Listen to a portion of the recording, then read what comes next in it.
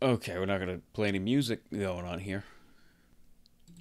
It is the morning of April 7th, 2020. I worked over the weekend, but yesterday I didn't really have an excuse for not recording, but I didn't record because I went on a very long bicycle ride and didn't really feel like recording. After I rode for like an hour and a half or so, I'll put a link to my Strava. Just 'cause I'm so excited about getting the chance to go outside. The weekend was really cloudy and rainy and wet and ominous.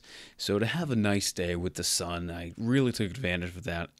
But my point is, when I when I go out for 2.5 hours, really anything over an hour, I get exhausted. And like it's a different kind of tired. It's like your whole body just you want to lay down. When I do that, like my whole body's tired, my mind is tired. I just don't feel like I'll have a lot to contribute as far as making vlogs go. So I just didn't, and I said, you know what? I will record once in the morning and then once in the night time. So that's what I'm going to do today. This is going to be the first part. So I'm going to call this 4/6/20 COVID, but it's really the morning of 4/7. It's 11:22 a.m. right now, and I've got a couple of things that I want to mention that happened both yesterday and something that I overheard while working at the hospital this weekend. The days have been good and poor.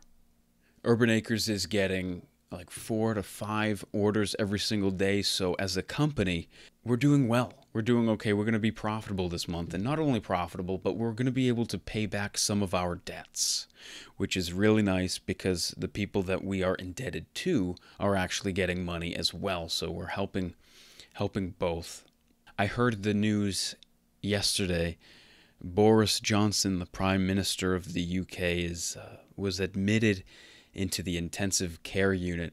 That's really bad news. That's not good at all. Being in the intensive care unit is not where anybody wants to be, especially with COVID. The percentages of people who go to that particular unit, it's not very good for them, especially if they are put on a ventilator. I looked up this morning just a couple of hours ago and I saw that it had been reported that he was, quote, in good spirits. So that's very good news. Unfortunately, he's not in the clear yet. Sometimes patients can go into, they can turn really bad really quickly.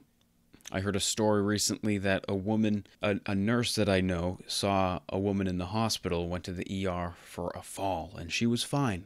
And turns out she was positive for COVID, and 4 days later, she had died.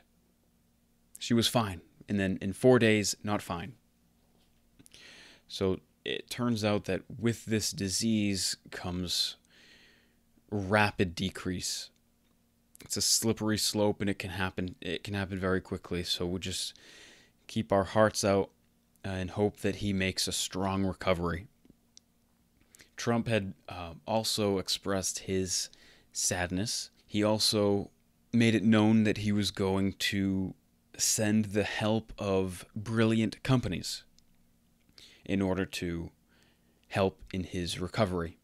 So at the hospital, I was really hesitant about bringing up anything that happens at the hospital because I don't want any flack to fall on me. I don't want a piano to drop out of the sky and land on me and find out, oh, you said this, you're fired.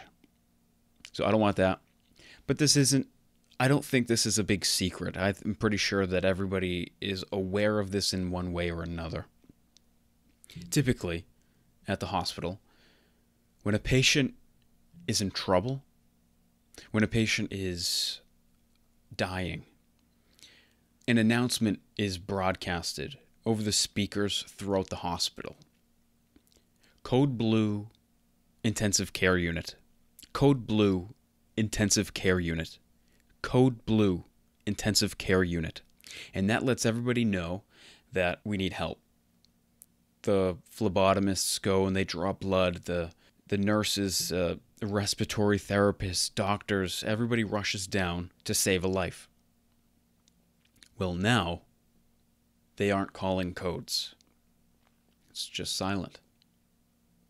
There are people at the hospital dying, but no one's mentioning it. And my take on it is, I think that if you were to call a code every 25 minutes, that wouldn't be good for morale. So I think this is a precautionary measure to avoid systemic panic and fear. Make sure you catch 7/7/20 episode, because something happened this morning that is very notable. That's going to be on tomorrow's episode. Thanks for watching Living Through COVID.